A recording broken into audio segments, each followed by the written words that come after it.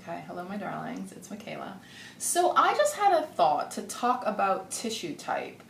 First innate and then also based on use. So this is something that gets talked about here. I assume if you are receiving this, you have been worked on and that a therapist has reflected back what they found. So at any rate, I just wanted to kind of rattle off some things which might be of use or of interest. So some different tissue types from someone just like walking in from like this is how I feel all the time. Super dense, this tends to happen in the realm of men a little bit more, but like sturdy, thick, strong often. Some people are like pound puppies, like they are like you can stretch their skin up like feet off of their frame. They're super pliable. There's an element of tone, but it's really like rubbery is what I want to say. Then there are people that are a little more sinewy, and so that they tend to look quite lean, like you can see a lot of definition, and it's pretty impossible to like stay on areas that feel a little tight because you're kind of like snapping all over the place based on that tissue. And then there are some people that are like they feel like they're made of like butter, and that doesn't mean that they're heavy, it means that they're very soft. And so maybe from the other end of the spectrum, dense tissue tends to be on more men's frames. Butter tends to be more women's. Women are softer than men, like physically, very much so. So with that, that might be interesting. Then there's just like healthy tissue, which feels like, there's an element of tone, it's squishy, or people that are just very, very slight, that don't kind of have much on their bones. So with that, but what is assessed additionally here, what might be prompting you to come in is what your type of tension feels like. So for kind of like what most people come in with is tension from repetition. And so what that feels like is an element of thickness, maybe toughness, definitely disorganization.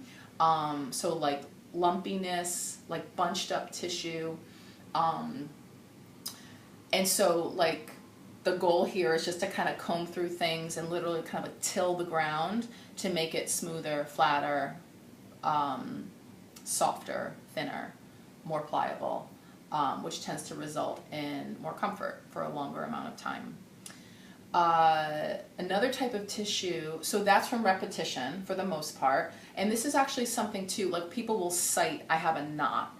And so a knot is not, like tissue does not kind of loop over itself and be pulled taut. A knot is really muscle fibers stuck together. It's called an adhesion. And so basically there should be a certain amount of space and a certain amount of length that should the muscle fibers ideally should be displaying. But with use, and certainly use in certain patterns, the muscle fibers will get kind of stuck together, bunched up, and so it can be like a lump, which is what someone might classify as a knot, but it's stuck tissue, it's not tied tissue.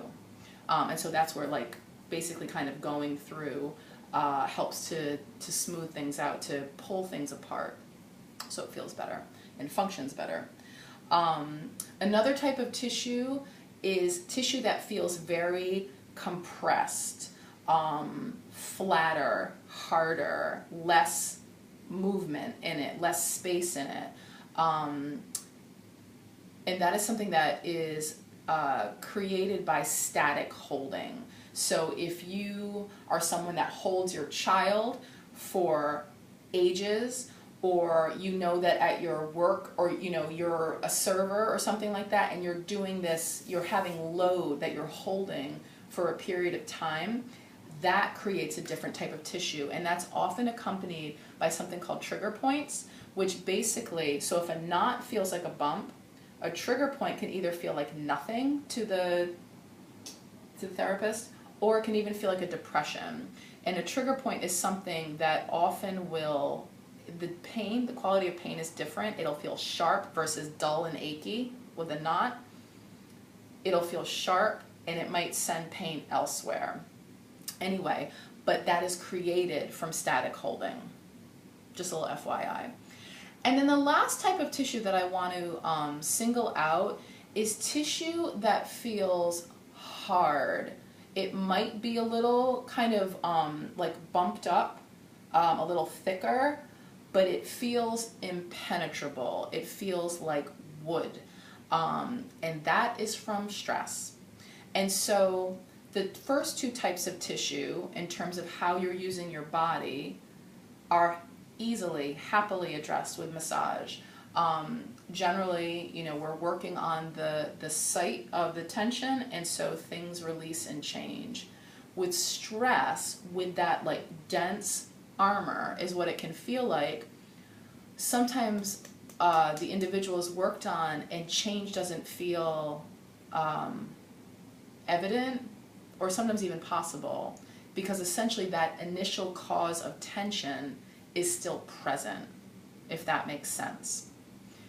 So I feel like I talk a lot about like appropriate use of massage, not really for pain due to weakness, pain due to tension, absolutely, yes please.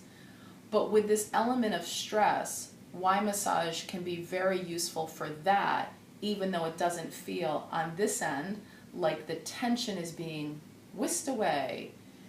The element of relaxation is so helpful in that effort to calm the nervous system down, to disengage from the mind, to have a respite of not thinking, because the element of sensation is so overwhelming and loud that it's distracting from thought.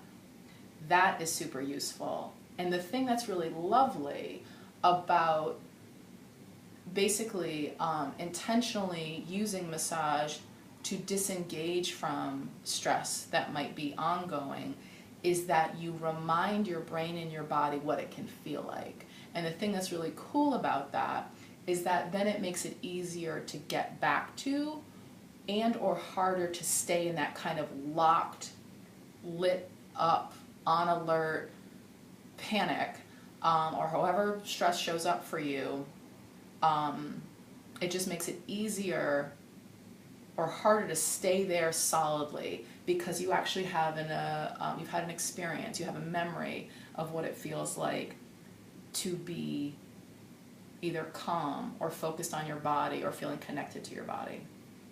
So anyway, I just thought to share that this week. So I hope that's illuminating, useful, interesting. And obviously it's hard to feel ourselves, but one thing that I really dearly enjoy and find very satisfying, besides the individuals that come to Still Point, is how much information is communicated via the tissue. Like, we are what we do, we are what we be. And so whether that's how you eat, the amount of water you're drinking, sometimes sleep, stress, how you're using your body,